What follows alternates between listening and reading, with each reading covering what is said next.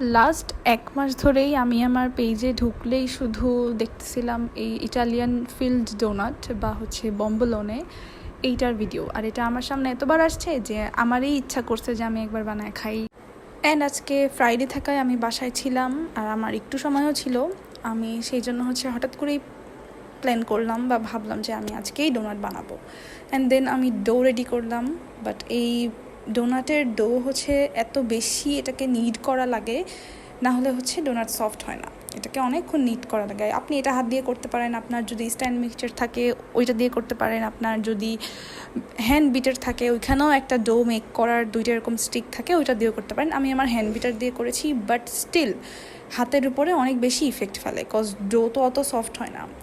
তো একটু প্রেশার দিয়ে হচ্ছে ওই ডোটাকে নিট করা লাগে। অ্যান্ড আমি মেশিন দিয়ে বিট করার পরেও আমি এটাকে হাত দিয়েও আরও 5 মিনিটের মতো হচ্ছে নিট করছি। এটা দেখেন কত সফট হয়েছে, না হলে এত সফট হয় না। এটা কষ্ট অনেক বানাইতে, আমি যেটা বুঝলাম।